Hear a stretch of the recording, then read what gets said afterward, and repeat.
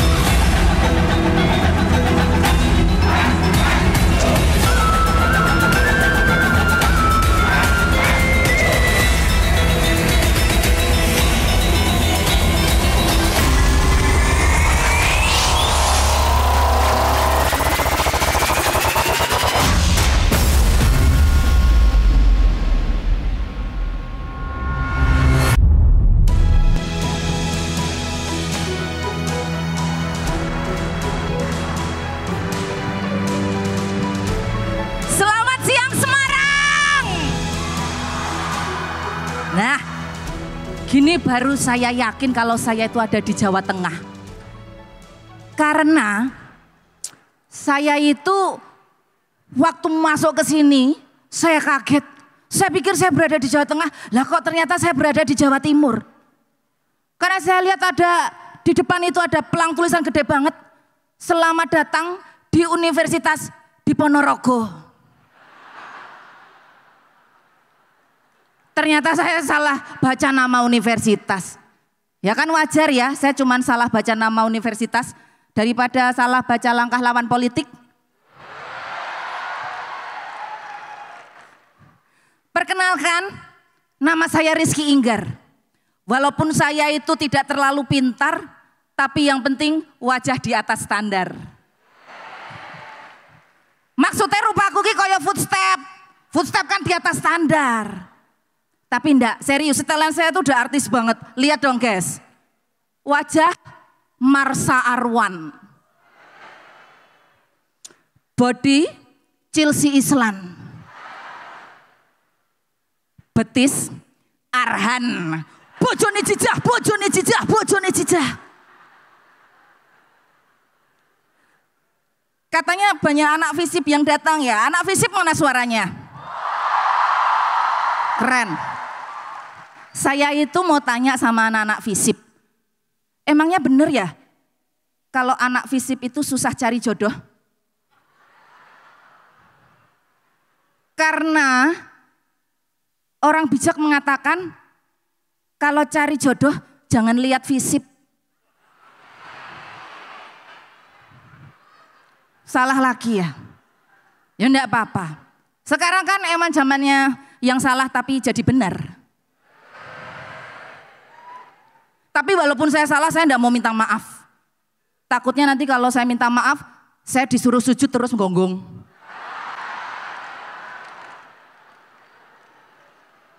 Memang dipikir saya jangkrik, gonggong. Salah lagi Pak.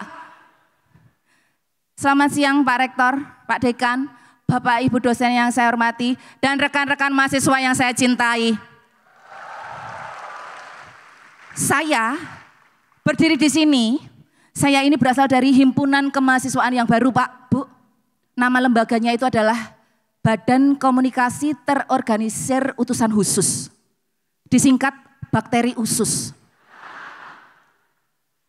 Saya berdiri di sini ingin menyampaikan keresahan dari para mahasiswa tentang tingginya UKT. Betul teman-teman? Kita bingung loh Pak, UKT kok tinggi? Di mana-mana yang namanya UKT itu tidak ada yang tinggi. KT itu tingginya segini nih Pak. Kalau mau tinggi jangan UKT, tapi UNTA. Udah tinggi, punuknya 2. Ini kan membuat kami resah Pak, Bu. Masuk kuliah, UKT tinggi. Masuk kerja UMR rendah. Udah gitu keresahan kami yang lain lagi Pak, Bu. Selain UKT tinggi, kami dihadapkan dengan persaingan di dunia kerja yang juga tinggi. Karena terbatasnya sarana dan prasarana di kampus, lah ya otomatis kami itu mencari, meningkatkan skill dan keterampilan kerja di luar. Jadi kami kursus. Bapak Ibu bisa bayangkan betapa sibuknya kami. Pagi di kampus, sore di tempat kursus, malam di infus. Tenaga habis, pikiran habis. Kami udah enggak punya lagi waktu untuk me time, apalagi pacaran. Kami tuh kepengen loh Pak, di chat, sayang I miss you. Bukan kok kecapean terus terbaring lemah di ICU. Aduh Pak. Belum lagi kita ini sebagai anak di rumah, kita tuh juga punya keresahan lagi. Kalau kita enggak kuliah, kita kerjanya rebahan di rumah, kita dikatain beban keluarga. Tapi begitu kita kuliah, dihadapkan dengan UKT tinggi, kita nambahin beban keluarga. Kita jadi berpikir Pak, bagaimana caranya supaya kita itu tidak lagi menjadi beban keluarga.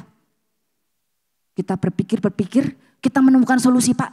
Apa jangan-jangan solusi supaya kita tidak lagi menjadi beban keluarga itu adalah dengan menikah muda. Karena kami yakin Pak, ketika kami menikah muda, kami tidak lagi menjadi beban keluarga. Tapi jadi beban mertua. Tepuk tangannya mana dong, Undip dong. Dari tadi saya sudah menyampaikan curhatan dan keresahan mahasiswa. Mulai dari UKT mahal, sarana prasarana kampus yang kurang mendukung kegiatan perkuliahan, sampai depresi yang dihadapi oleh teman-teman mahasiswa. Tetapi kalau teman-teman di sini semua tahu, beberapa alumni Undip kita ini ada yang menjadi pejabat di kabinet merah putihnya Pak Prabowo. Lah siapa tahu senior-senior alumni Undip yang sekarang sudah menjadi pejabat ini bisa menjawab keresahan kita bersama. Atau minimal bantu bisikin ke presiden. Kalau enggak bantu bisikin ke presiden, ke Bobi Kertanegara juga enggak apa-apa. Nah, beliau-beliau ini sudah kita undang dan kita akan berdiskusi bersama dalam talk show Rossi on Location, berawal dan bergerak dari kampus.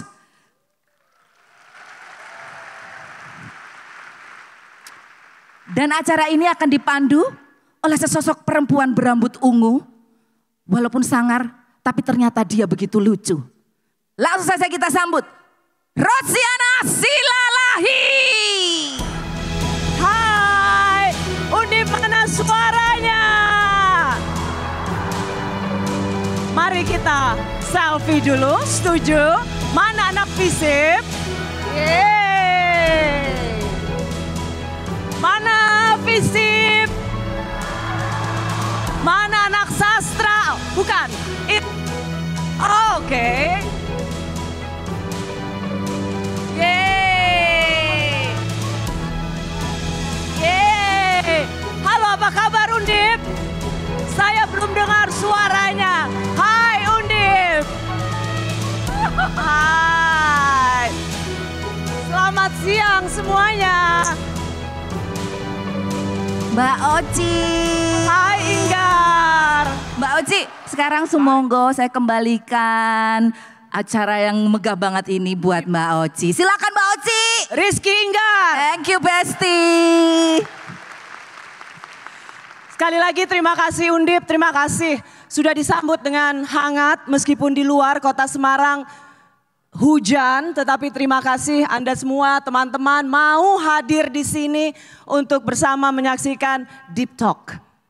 Rossi on Location. Terima kasih Pak Rektor, Pak Dekan, FISIP. Hai guys.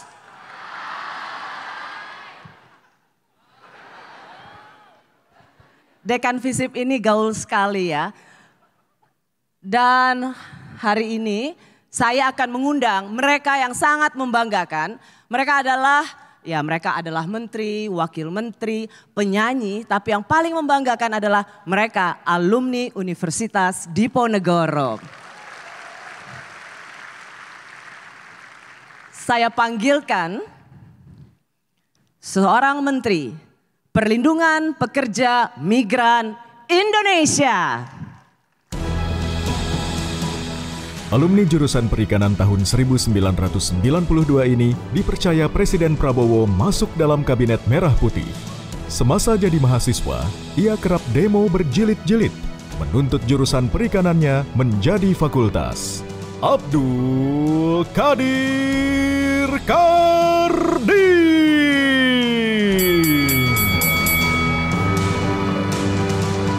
Halo, apa kabar Undip? Siapa kita? Undip. Undip. Undip. Waduh, keren. Sekali lagi Undip, tepuk tangan dong untuk alumnimu. Alumni Undip disebut juga Kak Rosi. Apa? Siapa dulu ketua umumnya? Berarti ia adalah tidak saja sebagai menteri di Kabinet Merah Putih, tapi juga ketua alumni Universitas Diponegoro. Dan berikutnya ini adalah seorang perempuan, Wakil Menteri Pekerjaan Umum. Alumni arsitektur angkatan 85 ini memilih naik gunung, main basket untuk healing dari penatnya tugas kuliah yang padat. Di sela kesibukannya sebagai wakil menteri di Kementerian Pekerjaan Umum, ia masih sempat mengajak ibu-ibu komplek untuk senam bersama. Diana Kusuma Stuti.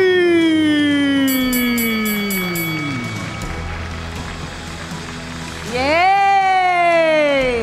Assalamualaikum warahmatullahi wabarakatuh. Waalaikumsalam. Ada anak teknik nggak ya? Mana teknik? Mana fisip?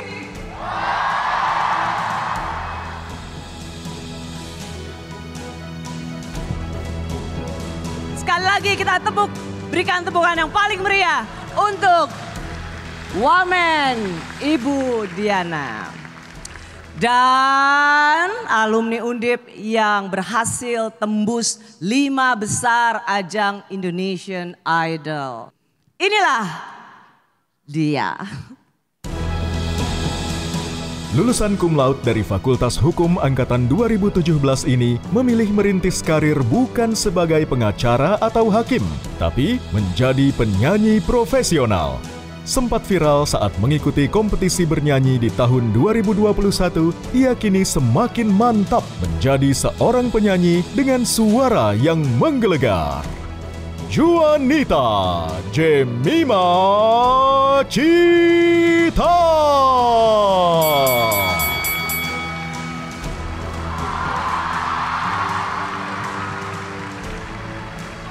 Halo Undip.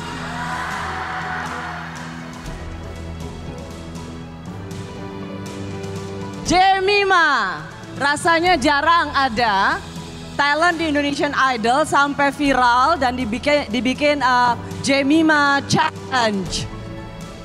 Undip, inilah alumnimu, Jemima.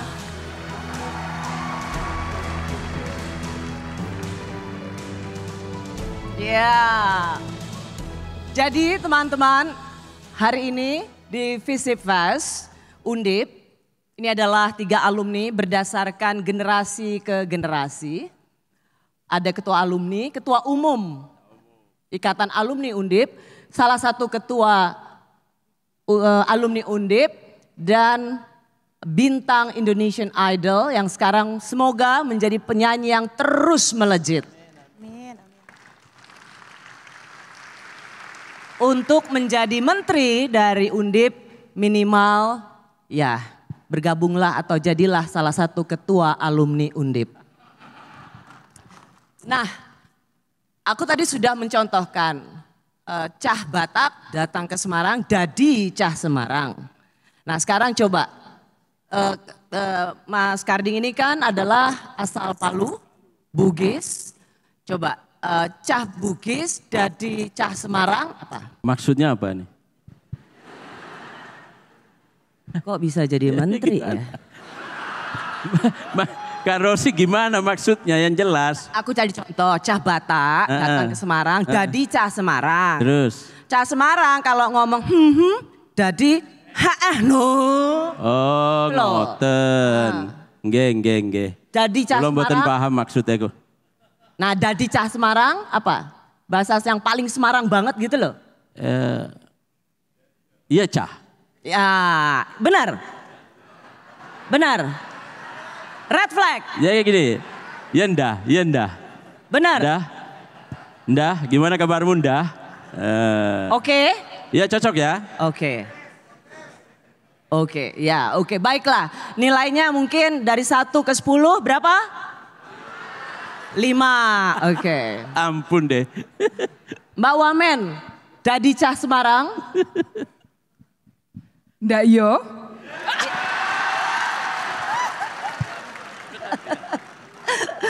Oh, Mbak Diana orang Solo gimana? Berapa nilainya? 10, yeay. Nah, Jemima, izinkanlah aku. Aduh, tertekan. Dadi cah Semarang. Kak jujur ya, aku cuma ngomong se di sini. Yeay, boleh. Berapa nilainya? 8. Oke, 8. Nah, saya mau masuk dulu ke kenangan untuk sebagai seorang alumni Undip, kenangan. Berdasarkan laporan intelijen di Universitas Diponegoro, Mbak Wamen ini waktu menjadi mahasiswa Undip dikenal pendiam, tidak suka nongkrong dan kumpulkan tugas pun tepat waktu. Apakah laporan intelijen ini memang benar atau Nongkrong harus. Nongkrongnya di kantin. Kantin Undip yang dekat ekonomi. oh lah Mbak fakultas apa? Saya Fakultas Teknik Arsitektur. Kenapa di kantin ekonomi nongkrongnya? Kantin Melati, benar. Nah, soalnya banyak cowok-cowoknya nongkrongnya di situ. Nah, Jadi memang cowok-cowok ekonomi sah jauh lebih cakep dari cowok-cowok teknik. Itu? Mbak, suami asal Undip juga? suami saya juga Undip juga. Saya Cooper, Oh, Undip juga jadi suami? arsitektur juga. Satu angkatan juga.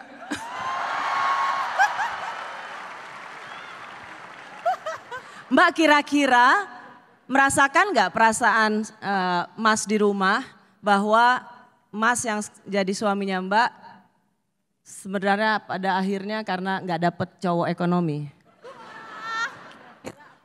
Nah, Mbak Diana, saya mau kasih lihat satu foto.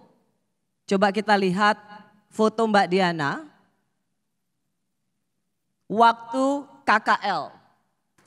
Itu Mbak Diana?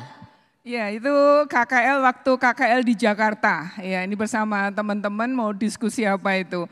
Pakai jaketnya itu paling jaket yang paling ngetren waktu itu. Warnanya merah Itu sama udah ngetren banget ya, udah fancy banget. fancy banget. Ini waktu kapan Mbak Diana? Kira-kira tahun 1989 kayaknya. Udah lama banget ya, gue udah tua ya. Gak apa-apa, mereka juga belum lahir. Saya juga mau menyebut kata Gunung Pati. Kenangan apa yang Mbak Diana ingat tentang Gunung Pati? Itu ada teman saya di sana. Salah satu teman saya di sana, kita pernah naik motor sampai Gunung Pati. Temen cowok cewek? Cowok cewek. Skibidi!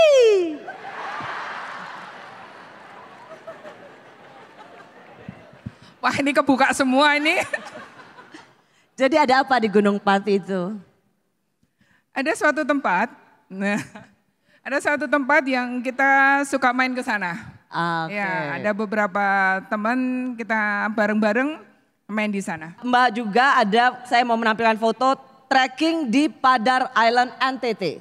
Padar kan? Ya, ini lebaran tahun kemarin saya ngajak semua anak-anak sama cucu Ya, cucu saya. Oh Mbak Diana udah punya cucu? Udah, saya punya Wow, cucu 1. Masih muda ya?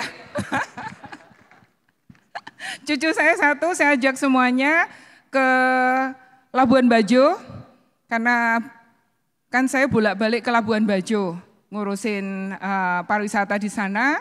Kemudian infrastruktur pariwisata di sana. Saya dimarahin sama suami. Kamu bolak-balik aku kok nggak diajak ya? Wah, terus saya... Ya kamu bukan alumni teknik.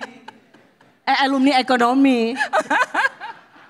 Terus saya ngajak teman anak-anak dan semuanya di sana, dan karena saya suka trekking sama suami saya, kita ajak trekking. Bisa semuanya trekking. Alhamdulillah kita dapat spot yang bagus di situ, kita foto bersama.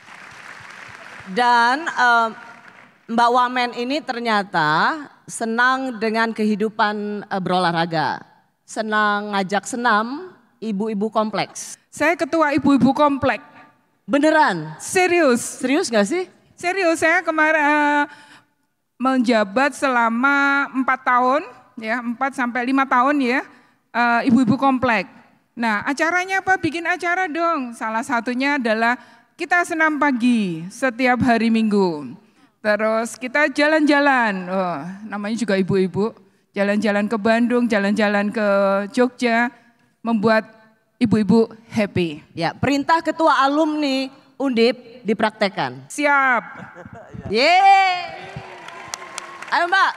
Ayo Mbak, gini-gini Mbak. Berdiri toh. Berdiri. Ya. Iya deh, boleh deh.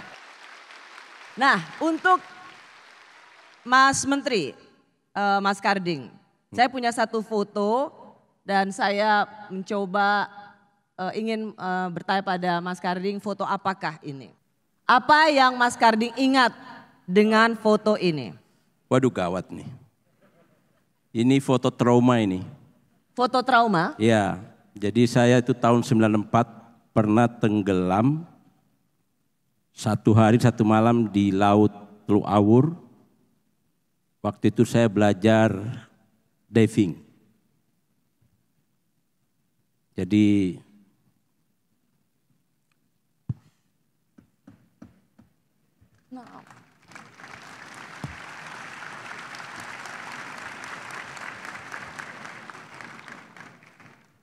apa yang terjadi Mas Karding? aduh susah ngomongnya. Jadi saya tahun 94 itu ikut UKM diving dan kita belajar dibawa ke Teluk Awur oleh pelatih dan saya terpisah dengan teman saya di tengah berenang dari jam 12:30 siang. Akhirnya saya untuk menyelamatkan diri saya berenang ke ada yang namanya bagan ya, rumpon. Nah rumponnya itu ternyata sudah tidak dipakai lama. Jadi ketika saya menggandul situ, sini luka semua nih karena banyak teritip. Teritip itu kerang yang nempel di bambu. Saya berusaha naik. Itu saya naik itu kira-kira mungkin sudah jam 5:30, 6. Dan waktu itu ombaknya besar. Tim SAR itu 4 kali berhenti mencari karena ombaknya besar. Nah yang lucu ketika saya sudah naik, saya kan teriak-teriak ada sampan yang ketinting gitu ya lewat ya, muter. Ini kok bisa ya ada orang di sini, nggak mungkin. Dia cuma muter, dikira saya setan. Bener, dia muter doang terus pergi. Akhirnya saya sampai pagi di situ, di mana rumpon itu sampai pagi dengan celana renang dingin. Dan yang aneh saya itu nggak tahu ya kayak halusinasi atau gimana ya. Di situ saya mendengarkan asam 6-8 kali malam itu. Dan di belakang saya itu ada burung gagak. Dan seluruh imajinasi saya soal pada saat itu terjadi hari ini. Misalnya saya akan menikah sama si A, itu terjadi. Nah gitu. Padahal itu sudah sebenarnya antara hidup dan mati ya? Udah hidup dan mati. Nah pagi saya terus minta tolong, ada yang nolongin. Saya udah nggak tahu, sudah tiba-tiba udah sampai di pantai. Di pantai itu orang kayak jemput haji. Banyak orang. Dan ada peti matinya. Ada peti matinya. Jadi disiapkan, dikira sudah meninggal. Ada peti mati. Dan yang saya sedih ketika saya mau diinterogasi oleh polisi. Saya sedih karena saya dipaksa untuk mengaku saya ngelencer. Jadi nggak tenggelam oleh Kapolres Jepara waktu itu tuh. Di saat itulah saya jadi aktivis. Sungguh-sungguhan jadi aktivis. Melawan yang kayak gini nih. Backgroundnya harus saya cerita dulu ya. Waktu itu Teluk Awur baru diresmikan oleh Wapres 4 hari. Zaman Orde Baru, Anda tahu kalau begitu itu kalau ada kejadian pasti yang kena kampus, kena polisi, kena tentara, semua itu kena. Itu kena semua. Jadi saya itu oleh penyidik pesan Pak Kapolres bahwa Anda harus menjawab, Anda cuma main di warung mana, ngelencer di mana gitu. Artinya itu karena keteledoran saya aja. Nah itu betul-betul sedih. Sejak saat itu saya bilang saya anti Orde Baru. Nah, Mas Menteri ini selalu demo di kampus. Karena kampus waktu itu fakultasnya adalah fakultas Saya perikanan. perikanan. Kalau itu memang Fakultas Kelautan oleh pemerintah dibentuk, disuruh gabung menjadi Fakultas Perikanan dan Kelautan. Nah waktu itu ada gengsi-gengsi lah karena perikanan lahirnya udah lama, kelautannya baru, itu dikompori juga sama dosen-dosen. Ya, udah jangan mau digabung sama kelautan. Udah pokoknya kalau mau perikanan aja, kelautan itu jurusan aja. Nah, jadi kita demo akhirnya. Disuruh dosen? Demo sepanjang disuruh dosen. Oh. Sepanjang sejarah zaman Orde Baru termasuk demo terbesar di Undip itu. Tahun 94 juga itu. Mas Menteri karena sangat Aquaman, si paling Aquaman, tahu betul soal segala sesuatu yang berbau perikanan. Coba seberapa Aquaman Mas Menteri ini? Kita lihat ini ikan apa? Aduh. Ini cakalang ya? Ini cluenya masih satu keluarga dengan ikan tuna. Iya cakalang ini. Apa? Cakalang. Benar cakalang. Yang berikutnya. Jangan gitulah. Punya kandungan gizi yang tinggi, bisa diekstrak menjadi susu ikan. Sering dijumpai di perairan tawar seperti waduk dan sungai-sungai besar. Patin ya? Mbak. Iya. Mirip-mirip patin. Benar patin, atas contekan dan atas bisikan dari Mbak Wamen. Kan Wamen takut sama menteri. Iso wae. Terakhir, apa nih ikannya? Jenis ikan sering dijumpai di perairan tropis, memiliki umur maksimal 7 tahun. Apa tuna? Nama tepatnya yang lebih betul tuna, tapi tuna apa? Tuna Wisma, tuna literasi, apa kira-kira? Apa ya, saya ini nggak pernah di perikanan kok kerjanya. Tuna. Ikan tuna sirip kuning. Sirip kuning, selfish Iya. ya. Dan sekarang salah satu bintang Indonesian Idol, Jemima. Jemima ini fakultas apa Jemima? Hukum. Ada nggak fakultas hukum di sini? Wih, temen aku dihukum dia. Dia doang ya? Nggak ada lagi yang lain. Oke, sip. Sepi banget hukumnya cuma dikit. Dan Jemima ini nggak kaleng-kaleng, dia lulus cum laude dengan IPK 3,57. Waduh. Jemima waktu di Undip ini memang sudah mau jadi penyanyi atau sebenarnya mau jadi lawyer? Jujur aku dari dulu nggak pernah membayangkan aku akan jadi penyanyi sih Kak. Jadi emang dari kecil suka nonton kayak Law and Order, NCIS gitu-gitu. Terus pas udah SMA kayak udahlah kayak hukum deh gitu. Jadi sepanjang perjalanan kuliah pun gak pernah ada kepikiran mau jadi penyanyi. Mikirnya udah paling ntar lulus lawyering, udah gitu aja gitu. Wow, kok bisa pinter banget? IPK-nya 3,5. Waduh, amin. Sebenarnya banyak kok kayak lebih tinggi. Mas Karding berapa IP-nya? 3, Gak percaya.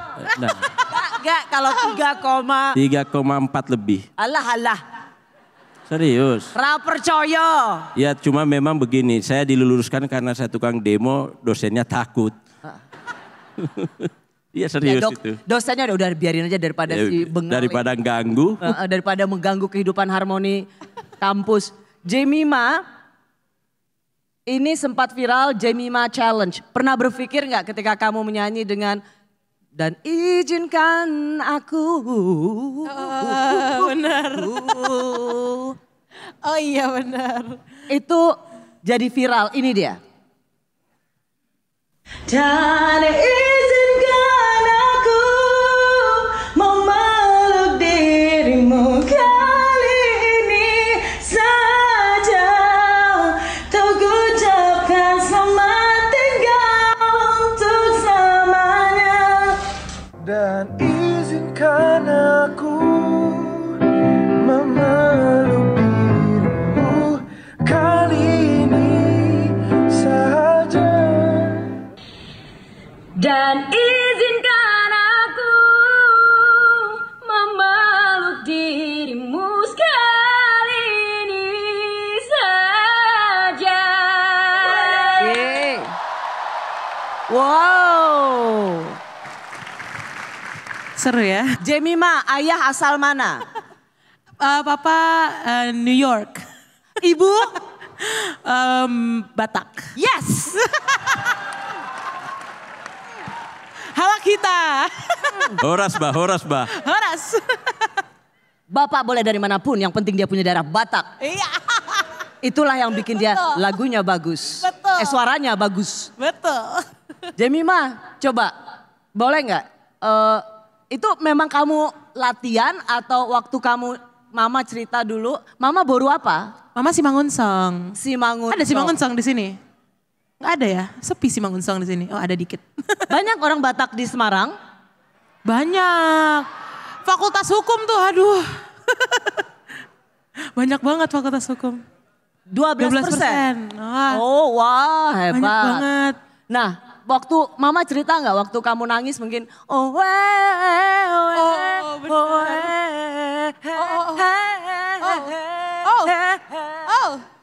Wow. gitu nggak kira-kira waktu nyanyi? Jujur mama bilang aku kan lahir di lantai 3. Katanya sampai lantai 1 kedengeran. Gede banget suaraku beneran. Kan jadi emang keluarga pas datang tuh ini bayi siapa gede banget. Nangisnya pas nyampe atas ternyata aku. Bener kan? Iya. Pasti waktu ngoek juga udah bergelombang kan? Mungkin ya sampai ada getaran sampai ke lantai 1 gitu ya. Padahal kamu lahirnya di lantai 3. Iya. Coba diulang dong kok.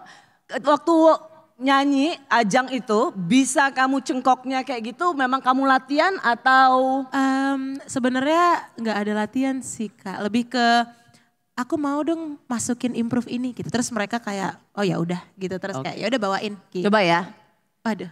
Dan izinkan aku memeluk dirimu sekali ini saja.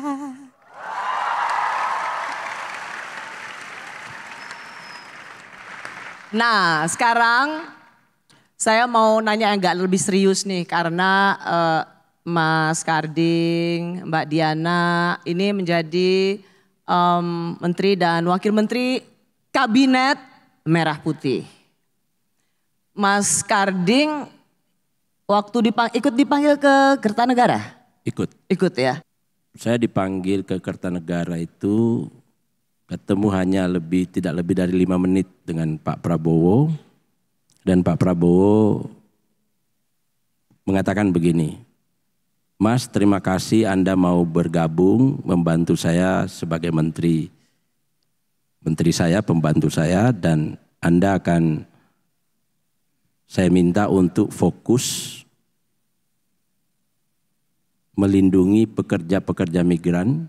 Itu Jangan pekerjaan sampai yang memang Mas Karding harapkan atau boleh nawar saya mau menteri KKP aja gitu. Karena kan Enggak. Saya sebagai warga negara, apapun yang diperintah negara saya harus jalankan. ya iyalah jadi menteri gitu loh. Kalau Mbak Diana waktu itu Ibu Diana ini bisa dibilang birokrat tulen ya. Lama di Kementerian Pekerjaan Umum dulu namanya, kemudian jadi Menteri Kementerian PUPR dan kembali lagi ke pekerjaan umum gitu ya. Jadi waktu itu dirjennya Pak Basuki ya. Dirjen Cipta Karya waktu itu saya. Ini adalah dunia yang semuanya bisa dibilang laki-laki, maskulin sekali. Tapi ada seorang perempuan bisa berkiprah di Kementerian Pekerjaan Umum. Saya lihat di sini juga banyak wanita, ya. Wanita semangat dong, kita bisa masing-masing perempuan. Kita haknya sama antara perempuan dan laki-laki. Benar enggak? Waktu itu pegawai negeri bisa dibilang mulai dari bawah Mbak Diana? Dari bawah, saya mulai, kalau boleh jujur, saya mulai dari kontrak. Kontrak itu belum CPNS. Saya ujian CPNS itu sampai 2 kali baru masuk. Karena gagal? Karena gagal, terus nggak bisa terima, tapi akhirnya saya dapat masuk yang ketiga kalinya. Wah, bisa naik sampai dirjen dan kemudian jadi wakil menteri pekerjaan umum. Alhamdulillah. Mbak Wamen, tapi benar nggak kalau di birokrasi itu kalau mudah harus dibikin susah. Kalau mudah, saya dapat apa? Benar nggak birokrasi gitu? Sebenarnya enggak ya. Artinya kalau saya dari sisi government ya. Government artinya kita tidak mempersulit tapi kita harus ada unsur kehati-hatian. Kalau menurut saya seperti itu. Sehingga dengan unsur kehati-hatian itu kita harus terlalu banyak cek ini. Tapi satu hal, jangan terlalu lama, harusnya speednya cepat kayak gitu. Ini foto-foto waktu masih dirjen ya? Ya ini Mbak foto Diana. pertama kali saya dapat tugas melakukan mengkinclongkan Istiqlal. Jadi Istiqlal itu dianggap kurang kinclong karena kumuh ya, kita diminta untuk mengkinclongkan Istiqlal. Ya, nah ini ada Pak Koswara juga kalau ini di IKN. Ini pada saat ngecek untuk Istana Garuda. Istana Garuda di IKN. Benar nggak kalau untuk perempuan untuk menunjukkan segala sesuatu itu dia harus 2 kali membuktikan dibandingkan laki-laki yang cukup dengan demo bisa lulus terus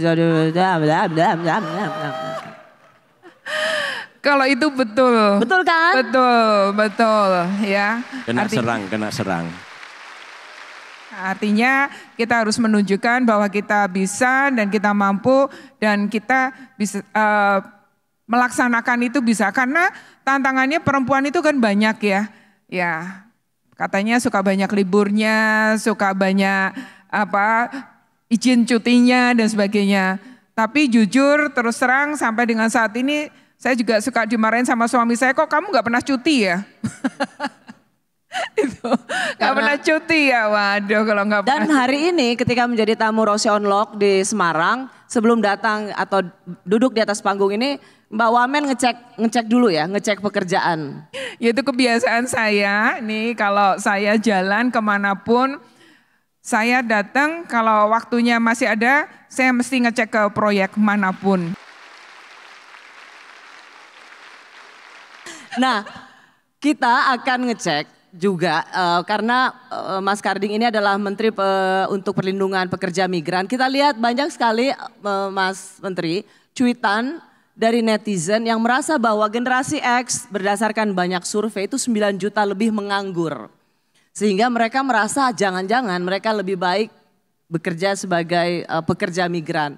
Di sini kalau misalnya bisa baca itu, cuitannya adalah, emang sulit nyari kerja di Indonesia. Kalau punya paspor dan udah milih dan masih muda, serta punya mental ikut, sebaiknya merantau ke luar negeri. Gue juga bingung apa yang dicari di Indo, loker susah, udah gitu kalau ada UMR, potong tapera dan pajak lainnya, belum lagi kosan terus ngirim orang rumah, susah deh.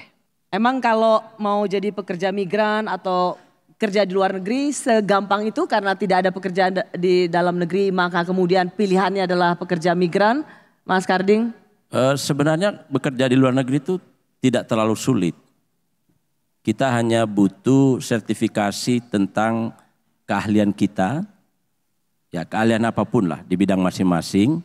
Yang kedua hanya butuh paspor, cek kesehatan, sudah bisa jalan tuh. Ya, hanya memang begini, nama kementeriannya ada kan perlindungan ya, pekerja migran. Betul. Berarti ada yang harus ada sebuah situasi di mana pekerja migran kita ini banyak kasus. Tadi kalau Mas Kardi kan menceritakan kisah suksesnya atau apa yang dicari, tapi banyak kasus pekerja migran itu justru mendapat bisa menjadi korban perdagangan manusia. Apa yang Mas Karding bisa katakan di sini supaya bekerja di luar negeri itu satu hal, itu bisa jadi membanggakan selama satu skill dan kedua mengikuti prosedur yang memang legal. Ya, jadi memang PR kita sekarang cukup banyak karena dari 5 juta yang terdaftar ada lebih dari 5 juta yang tidak terdaftar atau ilegal. Dan ilegal ini rata-rata dia low skill. Nah low skill, ilegal pasti rentan terhadap eksploitasi termasuk TPPO. Nah ini yang agak sulit kita urai hari ini. Tapi kita akan memperbaikinya dengan memperbaiki mulai dari aturannya. Sekarang sudah ada undang-undang khusus perlindungan namanya Undang-Undang 18 2017. Kita perbaiki pelayanannya. Karena orang dari kampung itu didatangi oleh kadang-kadang calo dijanjikan bekerja bagus, dapat gaji besar, ternyata di sana bukan di tempat itu dibekerjakan, tapi di tempat lain dan gajinya kecil dan disiksa. Itu yang banyak kejadian. Nah oleh karena itu itulah tugas kementerian ini adalah pelan-pelan mengurai, menyelesaikan ini. Jemima sendiri padahal kan fakultas hukum, pernah tertipu? Pernah. Tertipu siapa nih Kak? Karena waktu mau manggung, coba kita lihat. Waktu itu kan kamu, nah ini ceritanya apa? Bahwa kamu sudah mau dikontrak untuk nyanyi, tapi ternyata kamu kena scam. Iya benar. Sebenarnya ternyata banyak dari teman-teman satu industri kita yang sering juga kena scam kayak gini. Jadi ini sebenarnya bukan hal baru. Ternyata banyak yang kena cuman nggak berani ngomong karena kesalahan dari manajemen mereka atau kesalahan dari tim internal mereka yang akan membuat nama internal mereka tuh buruk gitu. Jadi mereka nggak berani ngomong. Jadi mereka banyak nge-DM aku doang kayak, iya ya kita juga kena lagi dan kenanya gede-gede ada yang 30, 50, 100 juta. Itu bener-bener sesepele karena nggak ngecek mutasi. Memang kesalahan internal nggak bisa dibohongin, tapi ini tuh ternyata udah sering terjadi dan penyebabnya tuh selalu karena dari tim internal itu lagi sibuk, dipantau sosial medianya, oh si ini lagi sibuk, lagi hektik, lagi ribet nih pasti nggak akan ngecek mutasi, langsung aja kita bilang aja kita kelebihan transfer, ntar mereka transfer kita balik gitu, karena mereka lagi sibuk, mereka nggak akan ngelihat gitu. Dan ya sialnya memang tim aku lagi sibuk banget waktu itu dan nggak ngecek mutasi, akhirnya kenalah penipuan itu gitu. Jadi dibilang bahwa udah ditransfer padahal belum ditransfer? Iya, scam lah. Oke, dan kamu udah sempet nyanyi waktu itu? Belum, jadi memang posisinya itu aku lagi di luar kota, lagi boarding pesawat, lagi mundur. Terus timnya itu kan dekat sama aku duduknya, kita sebelahan. Dia tiba-tiba ngomong, kok gak ada ya transferannya, katanya udah ditransfer. Terus aku kayak, hah apa? Apa yang udah transfer? Aku kan gak tahu menahu soal deal-dealan mereka gitu. Ini coba dibaca segala macam. Terus aku langsung ngebaca, aku cek mutasi, aku langsung oh ini ditipu gitu. Cuman pada saat itu bahkan dia gak sadar, kayak seperti dihipnotis gitu, kayak diiming-imingi, apalagi mereka tuh bilangnya mereka tuh dari kepolisian mau ngundang nyanyi. Nah biasanya mereka tuh kasih kita suatu pressure yang bikin kita tuh deg-degan kayak cepet ya ntar saya dimarahin atasan saya kalau nggak transfer balik, ini saya kelebihan nih transfernya gitu, yang kita juga kayak aduh kepolisian lagi gitu, ntar mereka kena apa, marah segala macam. Jadi mereka memberikan kita intimidasi, itu modelnya dari situ lah kurang lebihnya, dan banyak juga yang udah kena ternyata. Ya Kita sekarang masuk di bagian panggung jawab. Karena ini adalah acara teman-teman mahasiswa Undip, maka saya akan memberikan kesempatan untuk teman-teman mahasiswa bertanya. Ada Inggar di situ. Inggar? Ya, Besti Oci, aku sudah di sini. 1 orang dan 1 pertanyaan. Dari siapa? Sebelumnya perkenalkan, nama saya Rasya Gesa Murtiwa, mahasiswa ilmu pemerintahan FISIP Undip angkatan 2023. Oke. Bentar Mas, udah punya cewek? Belum. Nah kan terbukti. Cari jodoh jangan lihat FISIP, terbukti.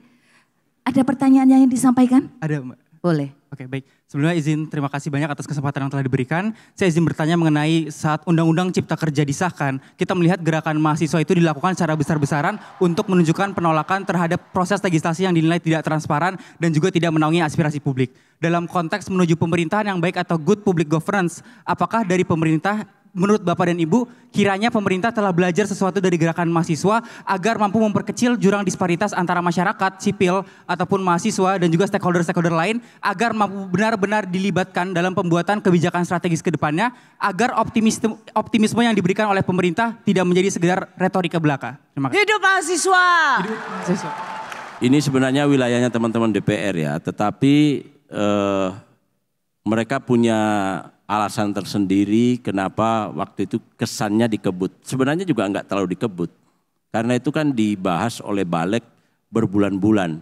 Ya, di Indonesia ini memang problemnya adalah isu muncul kalau rame di media sosial. Jadi kita enggak pernah enggak mau capek untuk mengikuti proses itu sejak awal. Ya, jadi apakah kemudian Mas Karding pemerintahan ini ke depan juga dalam semua rancangan untuk undang-undang yang strategis lebih mau mendengarkan partisipasi publik? Saya kira harus mau dan wajib. Ya. Gar, masih ada yang mau nanya? Ada nih Mbak Oci di sebelah sini, hai. Aku izin bertanya ini untuk Mbak Jemimah. Kalau dilihat dari Fakultas Hukum Undip yang memang mempunyai ciri dari hukum progresif yang memang beda dari fakultas-fakultas hukum lain seperti itu. Bagaimana atau apa titik balik mengapa Mbak Jemimah memilih untuk berbeda dari apa yang memang sudah dipelajari gitu selama di kampus. Apalagi kalau dilihat aktif dalam peradilan semu, kegiatan-kegiatan lainnya seperti itu. Pun juga aku titip 1 pertanyaan lagi untuk senior-senior saya yang ada di sini.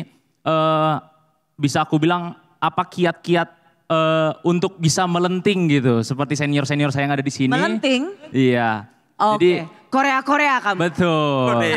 Bagaimana bisa melenting karena kita junior-junior di sini merasa butuh arahan dari para senior. Mungkin mengutip dari kata menteri, bagaimana cara menjadikan itu barang kalau kata orang-orang. Dari aku cukup, terima kasih.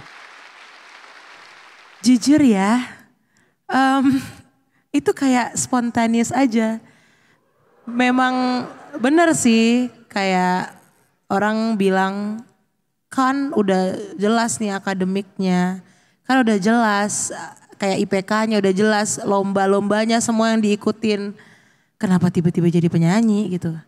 Ya spontaneous aja gitu. Kita nggak bisa memungkiri, kita udah berusaha, udah istilahnya berjuang sedemikian rupa, tapi emang arah takdir jalan hidup ini memang nggak ada yang tahu sih. Mbak Oci, ada 1 ibu dosen lagi yang mau bertanya. Pertanyaannya saya akan berikan kepada Ibu Diana di sini karena kita sama-sama perempuan ya Bu ya. Bagaimana kita bergerak untuk Indonesia di saat ini, utamanya di Kementerian PU saat ini dan sebelumnya sudah ada 2.000 lebih ya untuk bangunan tol dan juga 5.000 lebih terkait dengan jembatan gantung, waduk dan bangunan-bangunan lainnya di seluruh Indonesia. Yang sudah kita tahu kinerja dari PU selama ini sungguh sangat luar biasa dan sesuai dengan target. Nah untuk kedepannya Bu, bagaimana cara maintenance, karena kalau kita membangun itu adalah suatu hal yang mungkin bisa dicapai dengan relatif singkat. Tapi maintenance itu butuh waktu yang lama untuk bagaimana memaintenance jalan tol, jembatan dan juga waduk yang sudah ada di Indonesia ini. Serta apakah membutuhkan biaya yang banyak Bu untuk maintenance itu. Nah itu dari saya, terima kasih. Saya Hanifah Melasari, terima kasih Bu. Pemeliharaan itu bukan harus seluruhnya dari Kementerian Pusat, ya, bukan semuanya harus Kementerian Pusat. Pemeliharaan itu harusnya dipelihara bersama-sama kita semuanya. Kita semuanya itu artinya dari pemerintah daerah, harus juga memang kalau itu harus dipelihara, ada alokasi anggarannya untuk pelihara. Kita sendiri pun kalau tahu bahwa itu harus tetap berkelanjutan, ya juga harus memelihara. Artinya kawasan yang misalnya kotor ya mungkin kita perbaiki ya, kita indikan sampahnya supaya ini suasananya nyaman, berarti harus bersih ya. Jalan tol kalau misalnya harus ini ya kita harus pelihara bahwa kita ya melaksanakannya dengan baik, ya kita harus membayar pajak dan sebagainya gitu. Dan pada bagian ini kita akan masuk ke bagian yang seru. Di sini kita akan main games. Ya, main games dan saya sendiri diminta untuk ikut menjadi peserta dan tidak memandu games. Jadi saya memanggil Inggar untuk menjadi host dalam games kita kali ini.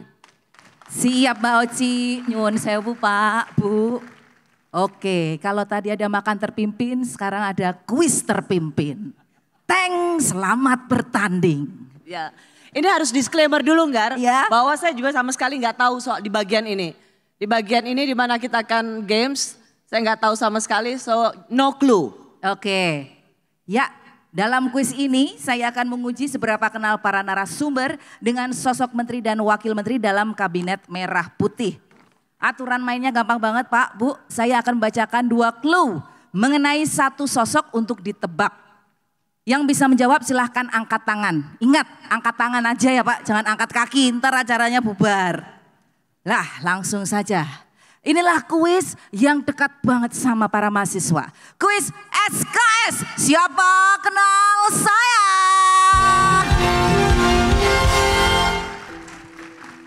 Clue yang pertama, saya pernah mengabdi sebagai pengayom masyarakat.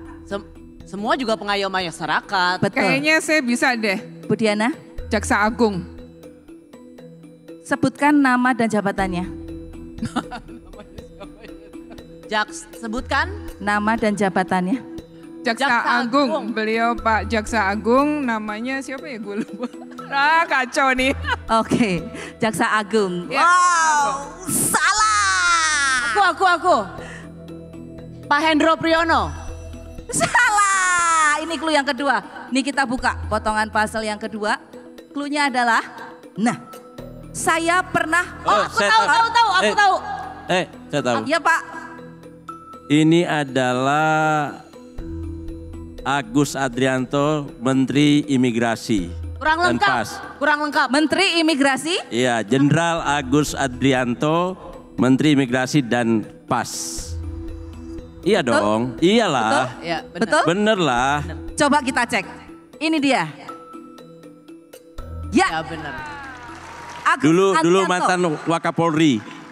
Selanjutnya nih Pak, Bu. Ini dia potongan pasal yang pertama. Clue yang pertama. Saya pernah menjadi penyiar radio. Mutia Hafid ya. Radio apa? Radio yang memancarkan gelombang tersendiri supaya kita bisa mendengarkan musik dong Bu. Ada peserta begini. Udah? Gak ada yang bisa? Mutia Hafid salah? Salah ya. Clue yang kedua. Ini dia. Ya, sekarang saya di kementerian yang baru dipecah. Bu Diana. Iren Umar. Dari?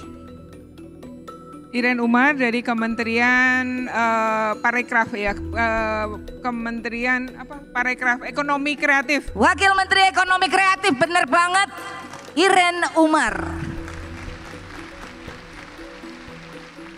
Oke, ini satu lagi ya, ini pertanyaan terakhir ini. Mbak Oci masih kosong ya. Oke, Jamima bisa jawab nggak? Tetot. Oke, kemarin karena nggak ikut pembekalan sih Jamima, ya, jadi nggak tahu. Betul sekali. Nih, yang kedua, clue yang pertama. Saya berusia muda, berkantor di dekat Monas. Semua menteri juga, kementerian juga dekat Monas. Ya betul, memang pusatnya di situ Bu. Bu, kita berantem aja ya Bu di belakang. Dari tadi bener-bener ada lagi. Tambah lagi clue-nya. Oke, clue yang kedua. Ya, saya berlatar belakang aktif Service. Saya tahu. Pak Karding. Aminuddin Ma'ruf Wamen BUMN. Betul banget. Temennya dia. Selanjutnya kita ke games kedua. Inilah kuis yang bikin pusing para mahasiswa. Kuis UKT, umurnya ketebak.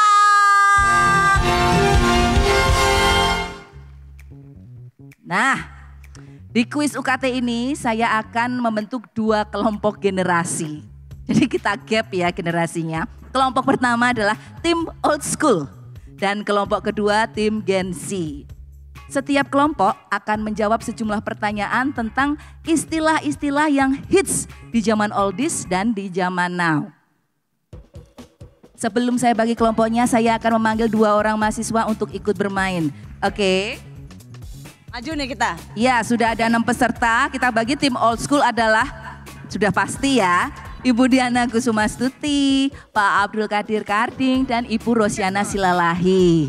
Ya, dan tim Gen Z ada Jemimah Cita, Muhammad Dias Tegar Adi Nugraha, dan Atika Sofia Haruni. Nih siapa dulu nih?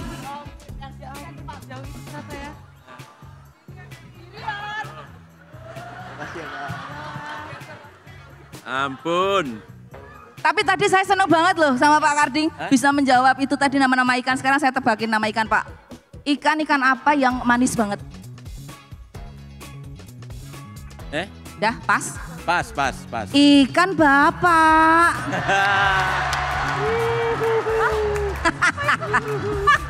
Dah, ya. Siap ya Pak ya? Ya. Oke, langsung saja.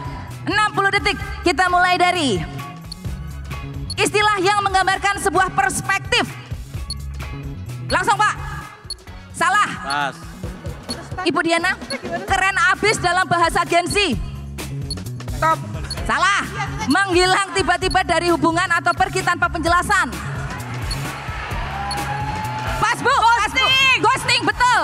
Pak Karding, tidak mau ketinggalan sesuatu yang sedang tren saat ini. Udah dikasih tahu loh Pak. Pas. Banyak Bu contekan. Diana, bahasa gaul Gen Z untuk kata sikat. Pas. Ajar. Istilah bosan, suntuk, bingung, mau ngapain disebut? Hah? Gabut, betul banget. Pak Karding, cewek atau cowok yang tidak masuk kriteria untuk menjadi pasangan disebut?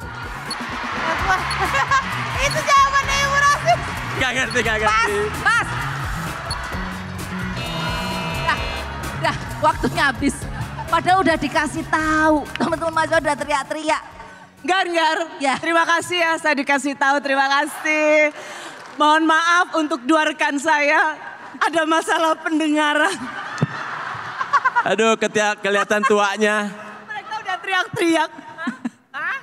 Aduh. Ini tapi kalau kasih istilah Gen Z mereka pasti tahu dong. Nah, inilah serunya. Tadi yang old school kita kasih istilah Gen Z, yang Gen Z kita kasih istilah jadul. Harus bisa ya. Oke, 60 detik mulai dari istilah yang menggambarkan. Salah. Istilah bohong tahun 90-an. Hah, bohong terus bokis? Betul. Pacar di zaman dulu. Bokin. Betul. Ngelawak tapi nggak lucu. Pas. Sapu tangan, nama lainnya. Hand glove maksudnya? Pas. Malu karena ada sesuatu yang mempesona. Pas. Heboh bahasa 90-annya. Heboh. Pas. Alat pemutar musik ukuran kecil 90-an portable.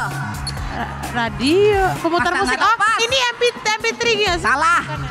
Tempat penyimpanan data sebelum ada flash disk. Boil. Salah. Bolos istilah jadulnya. Modul. Madol, betul. Alat komunikasi sebelum HP. Wow, apa tadi? Buku berisi nomor telepon.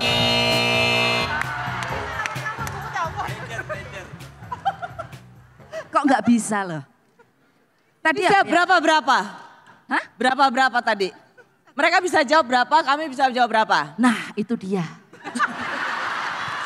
main game gak ada yang hitung ternyata. Ya udah ngeset timer, bacain soal. Kalian emang nih sekarang yang tim Gen Z ya. Alat komunikasi sebelum HP itu apa? Pager. Pager. Tahu? Ini satu lagi. Alat pemutar musik ukuran kecil 90-an portable. Walkman. Oh iya Walkman. Jemimah. Gar, kok yang nggak tahu? jawab juga dosen. Bukan mahasiswa bilang Walkman. Yang jawab 4 row di depan. Tapi Jemimah dia sama Atika, kenapa kok nggak bisa bahasa-bahasa jadul? Kalian belum pernah tua ya? Oke deh, nggak masalah, nggak apa-apa. Yang penting kita seru-seruan bareng. Terima kasih dulu dong buat dia sama Atika.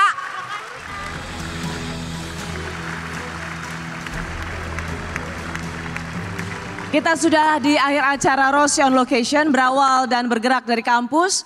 Sebelum Bapak dan Bapak Menteri, Ibu Wamen dan Jemimah meninggalkan kampus tercinta, saya mau uji dulu, mungkin kita sebentar, seberapa undip sih paling undip. Ada beberapa foto yang harus dijawab cepat ya. Karena kalau nggak tahu foto itu, maka Anda bukan alumni Undip yang baik. Nah ini apa? Itu tuh ada tuh gambarnya. Ini jalan depan Fakultas Teknik di Peleburan. Betul? Ya. Betul. Oke, kedua. Oh karena rumahnya Mbak Wamen di Ini tempat situ. aku makan. Motekar. Di mana tuh Jem? Burjo. Jemimah. Burjo. Motekar, tempat aku makan biasanya. Burjo apa? Burjo Motekar toh, ya kan? Betul, Jemimah. Mbak Diana 1. Jemimah 1. Jemimah 1. Pak Karding. Mas Karding. Foto ketiga. Di mana nih? Ini kampus Tembalang Rektorat. ini. Hah? Rektorat. Tembalang. Betul? Tembalang. Salah. Oh iya, Widya Pura. Kok pede banget sih Pak?